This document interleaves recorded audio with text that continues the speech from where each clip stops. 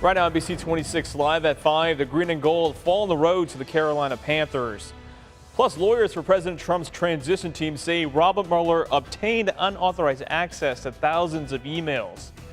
And Santa making another stop in Green Bay. This time, family pets are getting a chance to meet him too. NBC 26 is, of course, your official Packers station. The hopes of Titletown were high today as the Packers traveled to Carolina with Aaron Rodgers finally activated. With more on this afternoon's game, we turn things over to Kelly Price. Kelly. That's right, Mo. Number 12 was back in action, which provided a boost to the 7-6 team that must win out to keep hopes alive for a postseason push.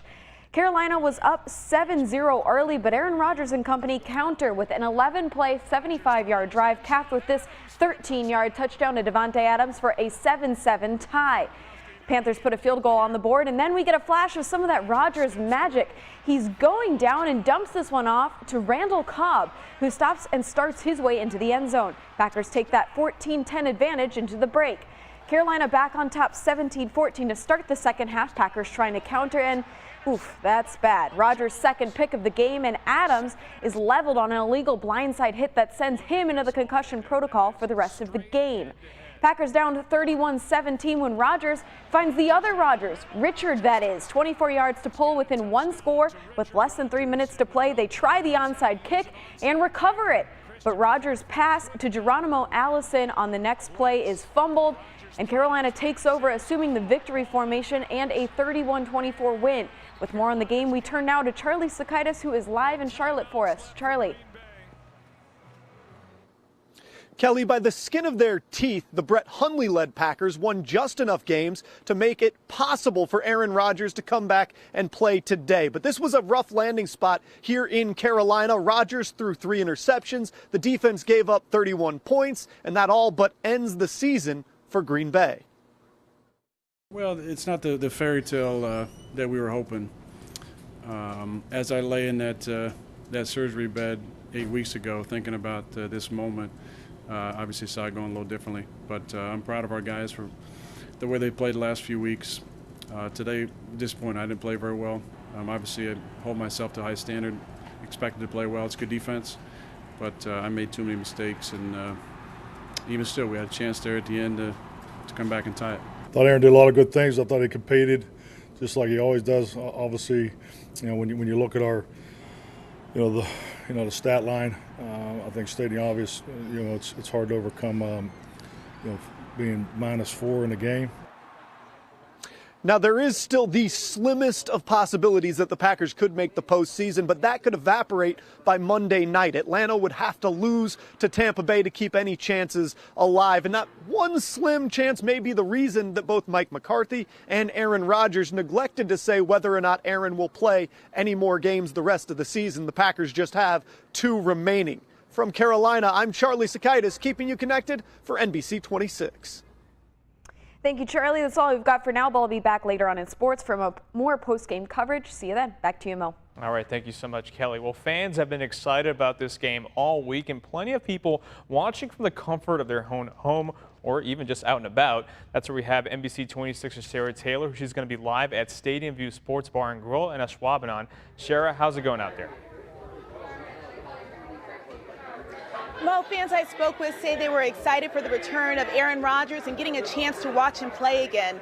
Now, earlier today, I spoke with a woman who says she lives in walking distance of the Stadium View. She said having Aaron Rodgers again is like being reborn. She said she was happy to have him back, even though the team isn't bringing home the win. A couple here earlier also said they were happy with his return. Fans are still hopeful despite the loss today. Mo, I'll send it back over to you, keeping you connected in the Ashwaubenon. Shara Taylor, NBC 26. All right, Shara, thank you very much. Well, it's been a cold week for plenty parts of northeast Wisconsin, but is it going to stay like that? Chief Meteorologist Cameron Moreland has a look at your first forecast. Cameron. Well, Mo, the answer is no. we've got a pretty significant warm-up on the way. Right now, we're looking at upper 20s to lower 30s across central and northeast Wisconsin. Plenty of clouds and even a few flurries from time to time. You can see those showing up here on Storm Shield radar. Some patchy light snow or a few flurries are possible as we head throughout the night. Here's a look at your 12-hour planner. The temperature basically holding steady, upper 20s to lower 30s throughout the nighttime hours with thick clouds and the chance for a couple of flakes from time to time. Mo? Thank you so much, Cameron. On to some local news now. 3 people in Appleton escaped their home from a garage fire. The Appleton Fire Department reports it happened after 8 last night on the 1000 block of West Bell Avenue in Appleton. They say crews found heavy smoke and flames at the front of the garage, and then it spread to the attic of the garage and the house. Fire officials say the garage was badly damaged and parts of the home were also affected. No one was fortunately injured. 1 person is dead and 3 are injured after a 2-vehicle crash in the town of Meme. Officials in Manitowoc County say it happened last night after 5 when a 19-year-old man from Cleveland was heading eastbound on West Washington Road and struck a vehicle heading west that was driven by a 36-year-old female. The 19-year-old died at the scene while the 36-year-old and her passenger suffered minor injuries. A passenger in the 19-year-old's vehicle was sent to the hospital with non-life-threatening injuries. Covering America now, lawyers for President Trump's transition team say Robert Mueller got unauthorized access to thousands of emails. In a letter to members of Congress, they accused the General Services Administration of illegally handing over emails from 13 transition officials. Now, the GSA is a government agency that supports presidential transitions. Mueller's team, though, they fired back. They say they've accessed everything with consent. Trump's lawyers claim the emails are protected by attorney-client privilege. It is rare for the special counsel to comment on an investigation like this. Extra security is needed for New Jersey Senator Cory Booker because of a death threat. No information about the threat has been released just yet, but the U.S. Capitol Police have stepped up security and called on police in Newark to help. Police have been assigned to the home there, and when Booker does return to Washington, he will have extra protection there as well. A cruise ship is back home in Florida after hundreds of its passengers got sick on the high seas. Royal Caribbean now says that 332 people came down with a stomach illness on its Independence of the Seas ship. The company originally reported more than 5,000 people were on board. The ship pulled back into Port Everglades. Employees are handling passengers' needs and baggages with caution for the time being. The ship will be deep cleaned once everyone is off. TSA says it will screen more than 40 million people through January 2nd. It's expecting anywhere from 100,000 to 400,000 additional people flying each day across the country. TSA added 1,400 officers at the 50 busiest airports to accommodate this massive rush we're expecting during the holiday season. They say don't wrap your presents because they might have to unwrap them if they do trigger any alarms. Well, still ahead on NBC 26 Live at 5, Santa is in town again and families brought their furry friends over to say hello as well. But first, what's the weather going to look like for the rest of this weekend? Your forecast up next.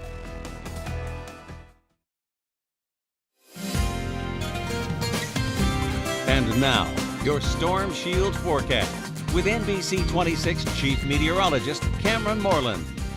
For the second straight day, we were stuck in the clouds across northeast Wisconsin, but tomorrow we're going to see a little bit of sunshine and we're going to warm up. Here's a look at your next 7 days. Look for highs tomorrow and Tuesday to be in the upper 30s. That's something we have not seen in quite some time. We'll cool down on Wednesday. We'll warm up a little bit again for Thursday and Friday before much colder weather starts to work in as we head into Christmas Eve and beyond. Right now, we are looking at a mixture of 20s and 30s across the NBC 26 viewing area, with temperatures basically ranging from 25 degrees in Anago to 31 degrees in numerous locations. Right now in Appleton, it is cloudy and 30. We're looking at east to southeast winds at around 5 miles per hour. In Green Bay, you can see a low overcast. The city lights are reflecting off those low clouds. The temperature is 31 with very light winds out of the east. Storm Shield radar shows mainly quiet conditions across the area right now. We did have a little batch of some light snow and flurries move across the area a couple of hours ago, and we're going to keep that chance for a couple of flurries or some light snow as we head throughout the night into tomorrow morning. You can see the clouds covering the Badger State this evening. Off to the west, we have a warm front. On the other side of that warm front, it was much warmer today. Temperatures actually getting up into the 30s and 40s compared to the 20s and lower 30s east of it. And this warm front is on the move. And that's why we are going to warm up as we head into tomorrow. In fact, tomorrow will be the warmest day in 2 weeks, with high temperatures getting up into the upper 30s. As we move into the afternoon, we're going to see a lot of clouds mixing with a little bit of sunshine. And we're also going to be looking at some melting, with temperatures running about 5 to 8 degrees above freezing. Skycast shows a mixture of a lot of clouds and a little bit of sunshine by noon tomorrow. We'll break into more sunshine as we head into the afternoon, and then the clouds will make their way back into the area as we head into tomorrow night and Tuesday. All that will develop ahead of a cold front that is going to work in from the north and west by Tuesday morning. Behind that front on Tuesday, not really colder. Temperatures back up into the mid and upper 30s.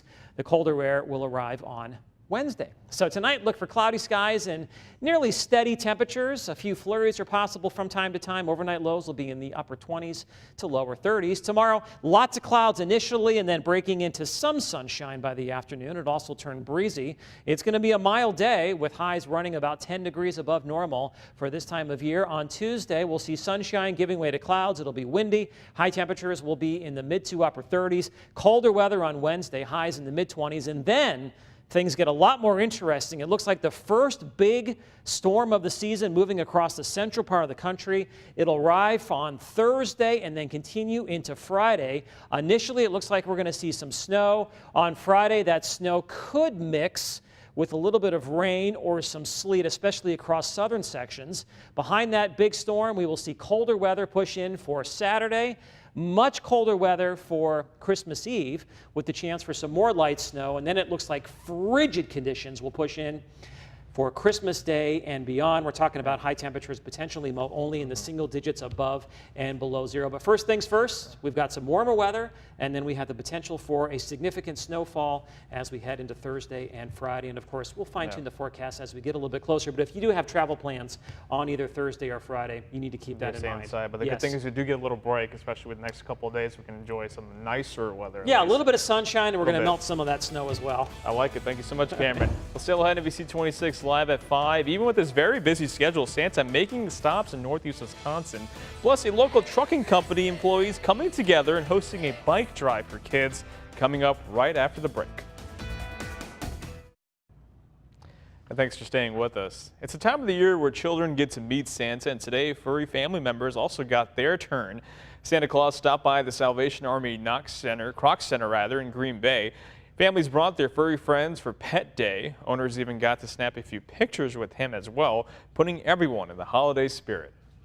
Well, I'm meeting and greeting such wonderful children here at the Kroc Center, and today they're bringing in their pets too. So the whole family is joining in and getting their pictures taken with me, and I'm having a ball.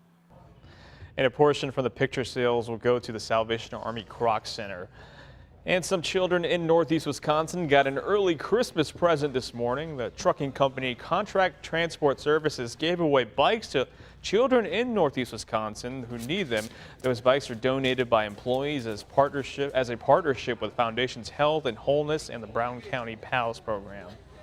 But I think we all have a love for kids, whether they're grandkids, kids, nieces, nephews, that type of thing. So this sort of brings the company together under one mission to do something.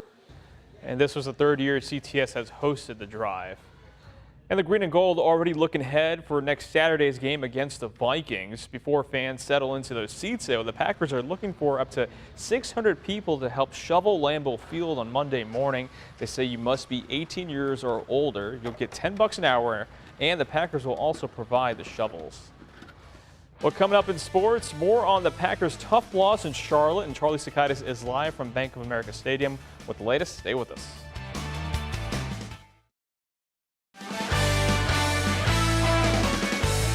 And now, NBC 26 Sports with Kelly Price. Welcome back to the show. Well, every Christmas wish in the Badger State was granted this week as the Packers cleared quarterback Aaron Rodgers to return from his broken collarbone. So number 12 returned to the field today in Carolina against the 9-4 Panthers, with hopes of running the table still alive. So the return of Rodgers finally comes to fruition, but the essential question remains, can the Packers D find an answer to Cam Newton? The early answer is no. here to Christian McCaffrey for a 7-yard score. They're up 7-zip early.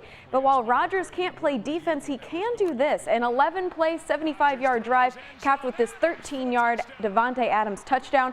And the Packers follow the walk, don't run in the end zone rule with a race-walking Selly. Packers tie it up at 7 in the end of the first quarter. Kitties get a field goal, and then Rodgers proves to us he's actually just a wizard in a football uniform. He's going down and dumps this one off to Randall Cobb, who stops and starts his way into the end zone. Packers take a 14-10 advantage to halftime. Panthers get the ball to start the second half, and they don't throw away their shot. Newton fires off to Greg Olsen 30 yards for a touchdown that puts them back on top 17-14. In the third, Pack trying to counter, and oh boy, that is not a good sign. Rodgers picked off for the second time in the game, this time by Colin Jones, and Davante Adams leveled by an ugly blindside helmet-to-helmet hit by Thomas Davis, who appears to be praying on the sideline afterwards. Remorse or not, it's a 15-yard penalty, and Adams goes to the locker room to be evaluated for a concussion. Not good for Green Bay. He doesn't come back. Later in the third, Newton to Damiere Byrd, originally ruled incomplete, but the review says this one is good, because what is a catch in the NFL anyway? Someone let me know, because I can't tell. He lands on his bottom here, and the Panthers extend their lead 24-14. Then the ugly got even uglier. Aaron Rodgers picked off by James Bradberry. This is the third pick in the game for Rodgers. Most interceptions thrown by number 12 since 2009. But Rodgers wasn't going silently. He airs it out 24 yards here to Richard Rodgers to get within one score, 31-24. And after that, the Pack goes for the onside kick, and they recover it. Rodgers gets the ball with less than 3 minutes. Is it time for some magic? But this is where #RunTheTable2 was laid to rest. After a lengthy review, Geronimo Allison drops this pass for a fumble.